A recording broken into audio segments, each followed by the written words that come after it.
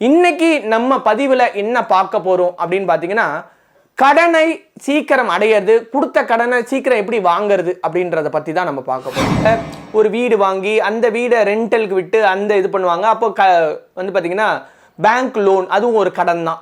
இந்த மாதிரி நிறைய கடன்கள் இருக்கு. அதே மாதிரி பிறவி கடன்னா என்னன்னா முழுமையான பலனை பெற முடியும். ஸோ இதை பயன்படுத்தி ரொம்ப கம்மி பட்ஜெட்ல இருக்கக்கூடிய இந்த பொருளை பயன்படுத்தி உங்க வாழ்க்கையில இருக்கக்கூடிய எப்பேற்பட்ட கடனையும் நீங்க தீர்க்கலாம். நான் வந்து பொய் சொல்லல, உண்மையா நம்பிக்கையோட பக்தி ஸ்ரத்தையோட நீங்க பண்ணி பாருங்க. வணக்கம், நான் உங்க சாய் பாலாஜி. வாருங்கள், வாழ்க்கையை வளப்படுத்துங்கள். சிருஷ்டி ஒளி டிவோஷனல் ஷாப். நம்ம ஷாப் எங்க இருக்குன்னா வயா தாம்பரம் டு செங்கல்பட்டு, அதாவது சென்னை தாம்பரத்துல இருந்து கரெக்டா 18 கிலோமீட்டர், செங்கல்பட்டுல இருந்து கரெக்டா 13 கிலோமீட்டர், ரெண்டுத்துக்கும் சென்டர்ல ஜிஎஸ்டி ரோட் சர்வீஸ் ரோட்ல இருக்கு. காலையில 10 மணில இருந்து நைட்டு 7 மணி வரைக்கும் ஷாப் இருக்கு. வாரத்துல செவ்வாய்க்கிழமை ஒரு நாள் மட்டும்தான் லீவு. வாழ்க்கையில கஷ்டம் என்னும் இருள் விலகி சந்தோஷம் என்னும் ஒளி பிரகாசிக்க சிருஷ்டி ஒளியில ஒரே ஒரு பொருள் பர்ச்சேஸ் பண்ணி பாருங்க. நிச்சயமாக சத்தியமாக இறைவனின் அனுகிரகத்தோடும் எங்கள் குருமார்களின் ஆசையோடும் உங்க வாழ்க்கையில இருக்கிற எல்லா கஷ்டத்துக்கான முழுமையான தீர்வு கிடைக்கும். எப்படி? மணி மந்திர ஔஷதம். மணி அப்படின்னா அதிர்ஷ்ட கற்கள், ராசி கற்கள், உங்க கஷ்டங்களை போக்கக்கூடிய அபூர்வ கற்கள். மந்திரம், ஏதாவது எந்திரங்கள் வடிவத்தில், உங்களுக்கு சிலைகள் வடிவத்தில் நிறைய பொருட்கள் இருக்கு. மந்திரங்களை நாங்கள் வந்து இங்கே அதுக்கேற்ற பொருட்களுக்கு ஏற்ற மந்திரங்களை உங்களுக்கு தாரபாத்து கொடுக்குறோம். ஔஷதம் அப்படின்னு சொல்லக்கூடிய மூலிகையின் வாயிலாக நம்ம சிருஷ்டி ஒளியில் நிறைய பொருட்கள் கொடுத்துட்டு இருக்கோம். சித்தர்கள் முறைப்படி, ஜோதிட முறைப்படி, எண்கணித முறைப்படி உங்க பிரச்சனைக்கு ஏற்ற, நீங்க என்ன தேதியில பிறந்திருக்கீங்க, உங்க ராசி நட்சத்திரம் இதுக்கேற்ற அதுக்கான கஷ்டத்துக்கான தீர்வை இந்த ஷாப்ல நீங்க முழுமையா பார்க்கலாம். ஸோ இந்த ஷாப்பை பொறுத்த வரைக்கும் மற்ற ஷாப் மாதிரி நார்மல் கிடையாதுங்க. இந்த ஆன்மீக ஸ்தாபனம் அது வந்து கடல்னே சொல்லலாம், அந்த அளவுக்கு பெரிதானது. உங்க வாழ்க்கைக்கு தேவைப்படக்கூடிய கம்மி பட்ஜெட்ல இருந்து அதிக பட்ஜெட் வரைக்கும் இங்க எல்லா பொருளுமே இருக்கு. எல்லா பொருளுமே முறையா பூஜித்து கிளென்ஸ் பண்ணி சித்தர்கள் முறைப்படி குருமார்களின் வழிகாட்டுதல்ல சொல்லக்கூடிய மந்திரங்களை கொண்டு உரு கொடுத்து உங்களுக்கு கொடுக்குறோம். ஒரு பொருள்னா கூட உங்க வாழ்க்கையை மாற்றக்கூடிய அற்புதமான பொருளா இருக்கும். மற்ற இடத்துல வாங்கி நீங்க பயனடைகிறதுல, சிருஷ்டி ஒளியில வாங்கி பயனடைறதுல நிறைய வித்தியாசம் நீங்க பார்க்க முடியும். ஒவ்வொரு பொருளும் ஒவ்வொரு தன்மை கொண்டது. இன்னைக்கு நம்ம பதிவுல என்ன பார்க்க போறோம் அப்படின்னு பாத்தீங்கன்னா, கடனை சீக்கிரம் அடையிறது, கொடுத்த கடனை சீக்கிரம் எப்படி வாங்குறது அப்படின்றத பத்தி தான் நம்ம பார்க்க போறோம். கடன் அப்படின்னா என்னன்னா, நான் வந்து ஒரு காசு வச்சிருக்கிறேன், அந்த காசை ஒருத்தர்கிட்ட கொடுக்குறேன், அவரு என்கிட்ட கடன் வாங்கிட்டாரு, மாசம் மாசம் இவ்வளவு வட்டி கொடுங்க அப்படின்னு ஒரு நம்பிக்கையோட கொடுக்குறேன்.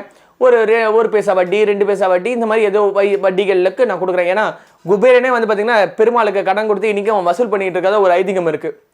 அந்த மாதிரி நம்ம வாழ்க்கையை வளமாக்கிறதுக்கு, நம்ம குடும்பத்தை செல்வ செழிப்பாக கொண்டு போகிறதுக்கு நம்ம அந்த கடனை வட்டிக்கு கொடுக்குறோம். சில பேர் என்ன பண்ணுவாங்கன்னா, நகைகளை அடமானம் வச்சு அந்த அடமான நகையிலேருந்து வந்த அந்த பணத்தில் ஒரு வீடு வாங்கி அந்த வீடை ரெண்டலுக்கு விட்டு அந்த இது பண்ணுவாங்க. அப்போ வந்து பார்த்தீங்கன்னா பேங்க் லோன், அதுவும் ஒரு கடன் தான். இந்த மாதிரி நிறைய கடன்கள் இருக்கு. அதே மாதிரி பிறவி கடன்னா என்னன்னா, போன பிறவில நான் செய்யப்பட்ட பாவத்தின் விளைவு தான் இந்த பிறவி எனக்கு கடவுள் கொடுக்குறார். இந்த பிறவி எதுக்காக கொடுக்கப்பட்டதுனே நமக்கு தெரியாம நம்ம மேலும் மேலும் அறிஞ்சோ அழியாமலோ தெரிஞ்சோ தெரியாமலோ நம்மளோ இல்லை நம்ம தலைமுறையை சார்ந்தவங்க உடலாலோ, உடல் உறுப்புகளாலோ, எண்ணங்களாலோ, சிந்தனைகளாலோ சில மனசு புண்படி பேசிடுறோம். அப்போ அவங்க என்ன பண்றாங்க, மனம் நொந்து சாபம் கொடுக்குறாங்க. அப்போ அந்த மாதிரி கடன்கள்ல இருந்து மீண்டு எப்படி வெளியே வர்றது, இதுக்கு எளிய பரிகாரம் என்ன அப்படின்னு நம்ம பார்த்தோம்னா, எல்லாருமே கோவிலுக்கு போனா தீர்வு கிடைக்கும் அப்படின்றது சத்தியமான உண்மை. அவனின்றி ஓர் அணுவும் அசையாது. குரு வழிகாட்டுதல்ல நம்ம ஒரு கோவிலுக்கு போறோம்னு சொன்னோம்னா, இப்போ சில பேர் வந்து பார்த்தீங்கன்னா, சுவாமி நான் ரொம்ப கஷ்டப்படுறேன், அதுக்கு ஜாதகம் பார்த்து அதுக்கு ஒரு பரிகாரத்துக்கு ஒரு கோவிலுக்கு போவாங்க. அந்த கோவிலுக்கு போய் அந்த பரிகாரம் பண்ணும்போது முழுமையான தீர்வு கிடைக்கும். அது எல்லாமே நம்பிக்கையின் பேர்ல. நம்பிக்கை இருந்தாதான் கடவுள். அதாவது உள்கடந்து தேடணும். அந்த உள்கடந்து தேடும் பொழுது எல்லா பிரச்சனைக்கான தீர்வுகள் கிடைக்கும். நம்ம பக்கத்துலேயே பொக்கிஷம் இருந்தாலும், ஒரு வைரமே உங்க கையில கொடுத்தாலும் அதை பட்ட தீட்ட தான் அந்த வைரம் ஜொலிக்கும். அதை வந்து நீங்க நகையில பிக்ஸ் பண்ணும்போது அது வேல்யூபிள் வரும். அதே போல உங்களை கடவுள் சோதிக்கும் பொழுதுதான் உங்களோட தன்மைகள் வெளியே வரும். முற்பிறவில நீங்க யாரு, இப்ப எடுத்துக்காட்டுக்கு நான் சொல்றேன் பாருங்களேன். பகவான் ஸ்ரீ ராகவேந்திரர் வந்து பாத்தீங்கன்னா, அவரு நல்ல பேரு, புகழ், அந்தஸ்து, செல்வாக்கு எல்லாமே வருது. அவர் குருவோட அரவணைப்பில் இருக்கும் பொழுது அவர் வந்து பார்த்தீங்கன்னா நல்ல செழிப்பாக இருக்காரு. அவருக்கு திருமணம் ஆகுது. திருமணமாகி அவருக்கு குழந்தை பிறக்குது. குழந்தை பிறந்தோடனே அவருக்கு ஞானம், அந்த சரஸ்வதி தேவியோட அனுகிரகத்தினால் ஞானத்தில் பசங்களுக்கு வந்து பார்த்தீங்கன்னா அந்த கல்வியை எடுக்கிறாரு. கல்வி எடுக்கும் பொழுது தட்சணை வாங்கிட்டு தான் கல்வி எடுக்கிறாரு. ஆனால் எந்த பசங்களும் படிக்கலை. அப்போ அங்கே மாடு மேய்க்கக்கூடிய அந்த பையன் வந்து அந்த சமஸ்கிருத மொழியை சரளமாக சொல்லும் பொழுது தன்னோட சீடனாக அவனை ஏற்றுக்கும் பொழுது மற்றவங்களாம் விலகி ஓடிடுறாங்க. அந்த ஒரு பையனை எடுத்துக்கிறதுனால வருமானம் போச்சு, தத்ர நிலை ஏற்படுது. அவருக்கு வந்து பார்த்தீங்கன்னா கடனாளி ஆயிடுறாரு. ஸோ இந்த மாதிரி அவரோட முற்பிறவியோட தன்மையை உணர்த்ததுக்காக கடவுள் அந்த தத்ர நிலையை கொடுத்து அந்த தத்ர நிலையிலேருந்து அவர் மீண்டு வெளியே வரணும்னு குரு கிட்ட தஞ்சமடையும் போது நீ சந்நியாசத்தை வாங்கிக்கணும், முற்பிறவில நீ தான் பிரகலாதன் அப்படிலாம் சொல்லும் பொழுது அவர் வந்து அந்த நிலைக்கு போகிறார். அந்த மாதிரி ஒவ்வொருத்தருக்கும் ஏதாவது ஒரு கடன் இருக்கும். அதாவது நம்ம மூதாதையர் ஏதாவது விட்டு போயிருப்பாங்க, அந்த கடனை அடைக்கணும். இப்போ என்னோட அம்மா கடன் வாங்கியிருக்காங்கன்னா அதை நான் தான் அடைக்கணும். என் அப்பா கடன் வாங்கியிருந்தா அதை நான் தான் அடைக்கணும். என் தம்பி என் கூட இருக்கிறான், அவன் கடன் வாங்கியிருந்தா நான் தான் அடைக்கணும். இல்லை நான் கடன் வாங்கினேன் நான் இல்லை அப்படின்னும் பொழுது என் மனைவியோ என் தம்பியோ என் அம்மாவோ என் அப்பாவோ யாரோ ஒருத்தர் அந்த கடனை அடைச்சாகணும். அதாவது பித்ரு கடன் ஒரு கடன் இருக்குங்க, தேவ கடன் ஒரு கடன் இருக்குங்க, குலதெய்வ கடன் ஒரு கடன் இருக்கு, குரு கடன் அப்படின்னு இருக்கு. அதாவது இது வந்து பார்த்தீங்கன்னா ஒருத்தவங்களை வந்து பார்த்தீங்கன்னா நமக்கு ஒரு உதவி செஞ்சிட்டாங்கன்னா அவங்களுக்கு வந்து கடன் பட்டவங்களா நம்ம ஆயிடுறோம். எதனாலன்னா அவங்களுக்கு திருப்பி உதவி செய்கிற வரைக்கும். அதனால தான் அந்த காலத்தில் ஒருத்தவங்க மொய் எழுதுறாங்க, 100 ரூபாய் எழுதுறாங்கன்னா அவங்களுக்கு ஒரு ஃபங்க்ஷன் வைக்கும் போது 201 ரூபாய், 101 ரூபாய் வச்சா 201 ரூபாய், 500 ரூபாய் வச்சா 1001 ரூபாய், இந்த மாதிரி அவங்க கடனை அடைச்சிட்டு இருந்தாங்க. ஸோ இப்போ வந்து பார்த்தீங்கன்னா அந்த கடன்லேருந்து மீண்டு வர்றது எப்படி அப்படின்னு நம்ம பார்க்கலாம். ஒரு கோவிலுக்கு போகிறோம் அப்படின் பொழுது கடவுளை பக்தியாக ஸ்ரத்தையாக வழிபாடு பண்ணும் பொழுது வெளியில் பார்த்தீங்கன்னா நம்ம கோவிலுக்குள்ளே நுழையிறதுக்கு முன்னாடி இந்த யாசகம் வாங்குவாங்க. அப்படி யாசகம் வாங்குறவங்களுக்கு காசை மட்டும் போடவே கூடாது. ஒரு மந்தார இலையில் இந்த சித்திர அன்னம் அப்படின்னு சொல்லக்கூடிய புளியோதரை, நல்ல புளியோதரையை கருப்பு எல். எதுக்கு இந்த கருப்பு எல்லுங்க அப்படின்னு கேட்டிங்கன்னா, கருப்பு எல்லை ஏன் வறுத்து போடணும் அப்படின்னு கேட்டிங்கன்னா பித்ருவோட கடன்லேருந்து விடுபட்டு வெளியே வரலாம், குலதெய்வத்தோட அனுகிரகத்தை பெற முடியும். அந்த கருப்பு எல்லை வறுத்து போட்டு நீங்கள் வந்து அந்த சித்திரானம் சொல்லக்கூடிய புளியோதரையோ இல்லை லெமன் சாதமோ நிறைய வேர்க்கலையை வறுத்து போட்டு நல்ல எண்ணெயில் வேர்க்கலையை வறுத்து போட்டு அந்த தையலை மந்தார இலைன்னு சொல்லுவாங்க அதில் பேக் பண்ணி வாட்டர் பாட்டிலோட எடுத்துக்கிட்டு உங்கள் மனசுக்கு எத்தனை பேருக்கு பேக் பண்ணணும் தோணுது ஒத்தப்படையில் பண்ணணும். 1, 3, 9 இந்த மாதிரி ஒத்தப்படைகளை நீங்கள் பண்ணிக்கோங்க. கோவிலுக்கு போகும்பொழுது அங்கே வெளியில் இருக்கிறவங்களுக்கு நீங்கள் தானம் கொடுக்கலாம். இல்லை கோவிலுக்கு போகும்பொழுது வெளியில் பார்க்குறவங்களுக்கு நீங்கள் தானம் கொடுத்துட்டு உள்ளே போகணும். கோவிலுக்குள்ளே போயிட்டு வந்து தானம் கொடுக்கக்கூடாது. ஏன்? கடவுளை பார்த்து நான் கஷ்டப்பட்டு வரம் வாங்கின அந்த புண்ணியத்தை வெளியில் தாரவாக்கக்கூடாது. வெளியில் நான் பட்ட என்னோட கஷ்டத்தை துன்ப துயரம் போகணுன்னு தானம் கொடுத்துட்டு வேணா உள்ளே போகலாம். இந்த மாதிரி நீங்கள் பண்ணலாம்.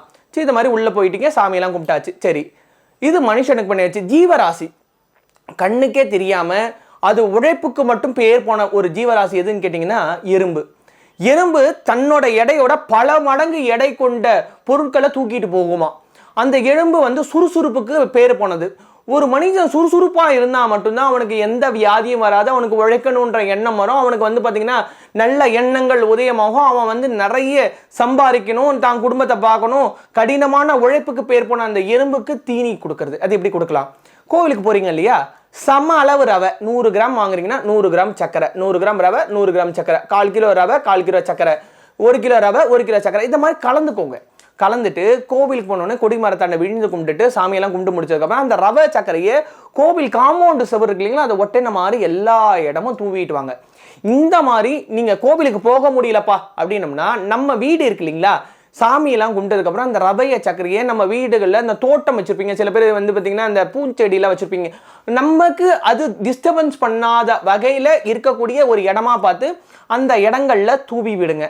இது என்ன ஆகும்னா, அந்த எறும்பு, ஒரு எறும்போட தன்மை என்னென்னா 1 வருட காலத்துக்கு அதோட உணவை வந்து சேகரித்து வச்சுக்குமா. அப்போது ஒரு எறும்புக்கு நீங்கள் 1 வருஷத்துக்கு உணவு அளிச்சிங்கன்னா எத்தனை எறும்புகள் அதை எடுக்குதோ அத்தனை வருஷத்துக்கு நீங்கள் வந்து அன்னதானம் இட்ட பலன் கிடைக்கும்.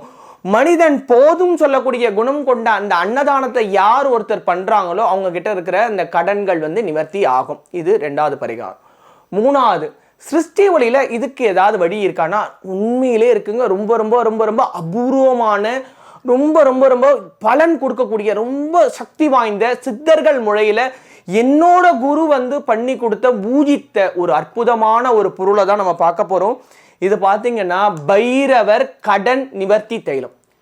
கடனுக்கும் பைரவருக்கும் என்னங்க சம்பந்தம் அப்படின்னு கேட்டிங்கன்னா பாருங்கள், இந்த முடிச்சு கூட கருப்பு கலரில் இருக்குது.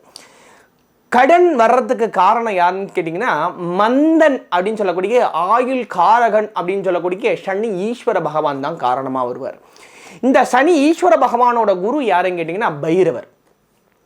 சனீஸ்வர பகவான் அள்ளி கொடுக்கவும் செய்வார், நம்மளை கஷ்டத்துக்குள்ள ஆக்கவும் செய்வார். அவர் வந்துட்டார்னா ரோகம், கடன், மனவேதனை, மன சஞ்சலங்கள் எல்லாமே நடக்கும். பைரவர் கால சக்கரத்தில் சுழலக்கூடியவர். பைரவர் பார்த்தீங்கன்னா உங்களுக்கு அற்புதமான தன்மை கொண்டவர். காலங்களை கடந்து வரவள் பார்த்தீங்கன்னா கால மகாபிரபுவை எரித்தவர், காளேஸ்வரன் சொல்லுவாங்க. சிவபெருமான் பார்த்தீங்கன்னா ஆதி ஐஸ்வரேஸ்வரா நின்று சங்கநிதி பதுமநிதியை குபேரனுக்கும் மகாலட்சுமிக்கு கொடுத்ததா ஒரு ஐதீகம். பைரவர்ல பார்த்தீங்கன்னா 64 பைரவர் இருக்கார். அதுல சொர்ண ஆகாஷன பைரவர், சொர்ணத்தை ஆகாஷனம், அதான் நிறைய பண்ணக்கூடிய பைரவர் இருக்கார். இந்த மாதிரி பைரவர்களுக்கெல்லாம் உகந்த ஒரு அற்புதமான மூலிகையில முடிச்சு பண்ணியிருக்காங்க. இது எடுத்து அவ்வளவு ஒரு சுகந்தம்ங்க. இந்த வாசனையை நம்ம பார்த்தீங்கன்னா அப்படியே தெய்வீக மனம் சொல்லலாம். அந்த அளவுக்கு மூலிகையில் நாங்கள் ரெடி பண்ணியிருக்கிறோம். எங்கள் குரு உங்களுக்கு பண்ணி கொடுத்துருங்க. அதே போல் இந்த தைலத்தை கொண்டு தான் விளக்கேற்றணும். இது ரொம்ப காஸ்ட்லியா அப்படின்னு கேட்டோம்னா, சாதாரண மக்கள் உள்பட இது வாங்கலாம். ரொம்ப ரொம்ப ரொம்ப ரொம்ப விலை குறைவு தான். பிலோ பார்த்தீங்கன்னா 1500 தான் வருது. ரொம்ப அதிகம்லாம் கிடையாது. நான் சொல்றது ரேட் அதிகம். 1500 ரூபாய்க்குள்ள வரக்கூடிய ஒரு அற்புதமான ஒரு முடிச்சும் தைலமும் 18 நாள் போடணும். 18 நாள் தேய்பிறை அஷ்டமியிலையும் 18 நாள் உங்களுக்கு பார்த்தீங்கன்னா ஞாயிற்றுக்கிழமை 4:30 ராவு காலத்திலையும் உங்கள் வீட்டில் போடணும். மறுபடியும் சொல்கிறேன், 18 நாள் தேய்பிறை அஷ்டமி தினத்தில் உங்கள் வீட்டில் இந்த முடிச்சு போட்டிங்கன்னா கடனை நீங்கள் வெகு விரைவில் அடைச்சி வெளியே வந்துடலாம். அல்லது அந்த 18 நாள் அப்படி பண்ண முடியல அப்படின்றவங்க 18 நாள் ஞாயிற்றுக்கிழமை 4:30 ராவு காலத்தில் உங்கள் வீட்டில் இந்த முடிச்ச நீங்கள் இந்த ஆயிலை கொண்டு விளக்கேற்றி நீங்கள் பைரவருக்கு செவ்வலரி மலர் சாத்தி உங்கள் வீட்டில் ஒரு படம் இல்லைனாலும் பரவாயில்ல, மானசீகமாக அந்த பைரவர் அங்கே இருக்கிறாருன்னு நீங்கள் நினச்சி நீங்கள் படம் இல்லாத பொழுது இந்த பைரவர் வெளியில் இந்த ஸ்ட்ரீட்டில் இருப்பாங்களே அவங்களுக்கு பிஸ்கெட் நீங்கள் போட்டிங்கனாலே உங்கள் கடனை நீங்கள் அடைச்சிடலாம். இது சிருஷ்டி ஒளியிலேருந்து நமக்கு கொடுக்கக்கூடிய ஒரு அற்புதமான பொருள். இந்த 1500 ரூபாய்க்கு கீழே இருக்கக்கூடிய இந்த பொருள் உங்கள் வாழ்க்கையில் எவ்வளோ கடனாக இருந்தாலும் சரி, அது எந்த மாதிரி கடனாக இருந்தாலும் சரி, முழு நம்பிக்கையோட பக்தி சிரதையோட 18 நாள்கள் நீங்கள் பயன்படுத்தினீங்கன்னா, 18 வாரங்கள் நீங்கள் பயன்படுத்தினீங்கன்னா உங்களோட கடன்ல இருந்து முழுமையாக மீண்டு வெளியே வரலாம் பைரவரோட அனுகிரகத்தினால. அதாவது பைரவர் அப்படின்றவர் சம்காரம் பண்ணக்கூடிய, அதாவது அவர் நினைச்சாதான் இந்த கால சக்கரமே சுழலும்னுவாங்க. இந்த கால சக்கரத்துக்கு அதிபதி. அதாவது காசிக்கு பெருமை யாருன்னு கேட்டீங்கன்னா கால பைரவர். அந்த காலத்தையே அவரோட கண்ட்ரோல்ல தான் இருக்குன்னுவாங்க. அந்த காலத்துல தான் நம்ம இருக்கிறோம். நல்ல காலம், அதுக்கப்புறம் பார்த்தீங்கன்னா ராவு காலம், யமகண்டம், குளிகை, இந்த மாதிரி அந்த காலங்களுக்கு வகுக்கவர் பைரவர். அது மட்டும் கிடையாது, பைரவர் நினைச்சாருன்னா கெட்ட காலத்துக்கூடிய நல்ல காலத்தையும் ஆளத்த முடியும். அதனால தான் சனி ஈஸ்வர பகவான் அவர் குருவா ஏத்திக்கிட்டு இருக்காரு. அவர் சொல்றதை மட்டும் தான் கேட்பார். அப்போ பொங்கு சனி அப்படி பகவான் அப்படின்னு இருக்காரு. அள்ளி கொடுக்கக்கூடிய அவரோட அனுகிரகத்தையும் பைரவரோட அனுகிரகத்தையும் அந்த ஸ்வர்ண ஆகாஷனரோட அந்த ஆகாஷன சக்தியையும் உங்களுக்கு பார்த்தீங்கன்னா அந்த ஐஸ்வரேஸ்வரோட தன்மையை நீங்கள் பெறணும் உங்கள் வீட்டில்னா இந்த விளக்கு மட்டும் இந்த முடிச்சு வச்சு இந்த விளக்கு ஏற்றி பாருங்களேன். அந்த சுகந்தத்தில் நீங்கள் எப்படி இருக்குன்னு சொல்லுங்கள். அந்த அளவுக்கு வீரியம் இருக்கும். நான் சொன்னேன் அந்த முன்னாடி இருக்கிற 2 பரிகாரமும் சரி, இல்லை வீட்டில் நீங்கள் சுய பரிகாரமாக இந்த பொருளை வாங்கி சிசி ஒளியில் நீங்கள் பண்ணுறதா இருந்தாலும் சரி, முழுமையான பலனை பெற முடியும். ஸோ இதை பயன்படுத்தி ரொம்ப கம்மி பட்ஜெட்டில் இருக்கக்கூடிய இந்த பொருளை பயன்படுத்தி உங்கள் வாழ்க்கையில் இருக்கக்கூடிய எப்பேற்பட்ட கடனையும் நீங்கள் தீர்க்கலாம். நான் பொய் சொல்லலை, உண்மையாக நம்பிக்கையோட பக்தி ஸ்ரத்தையோட நீங்கள் பண்ணி பாருங்கள். நெய்வேத்திய பிரசாதமாக அவருக்கு பார்த்தீங்கன்னா கருப்பு திராட்சை வைக்கலாம்.